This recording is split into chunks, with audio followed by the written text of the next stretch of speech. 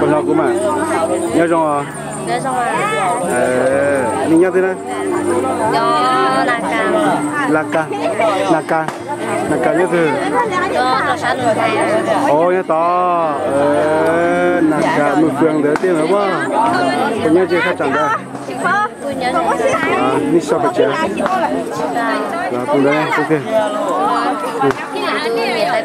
Người ta người sai. Ồ là.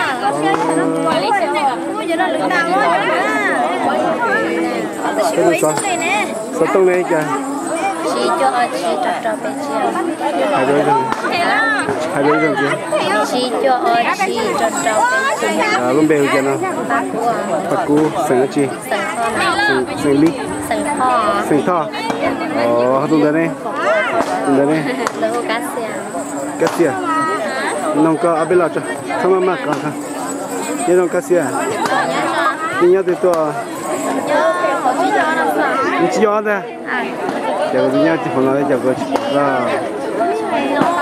ni cái xe này sáng chế sáng xong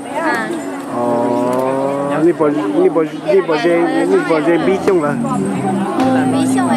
về phụ khăn nữa là bí nè bí bao là bí dây hả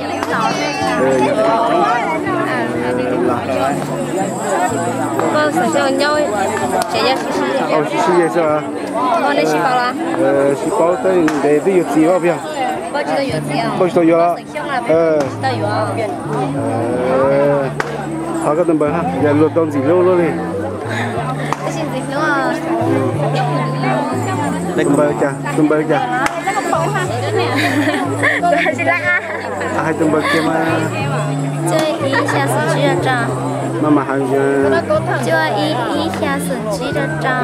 Là người ta có hai lông bê không gì không chả cá xia lông bê mà hai cá xia tí có cho nên mua cá liềm mà thì hai cá xia tia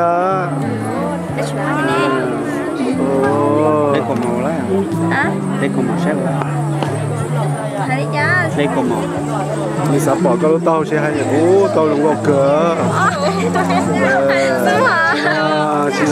Sao không đúng không cả?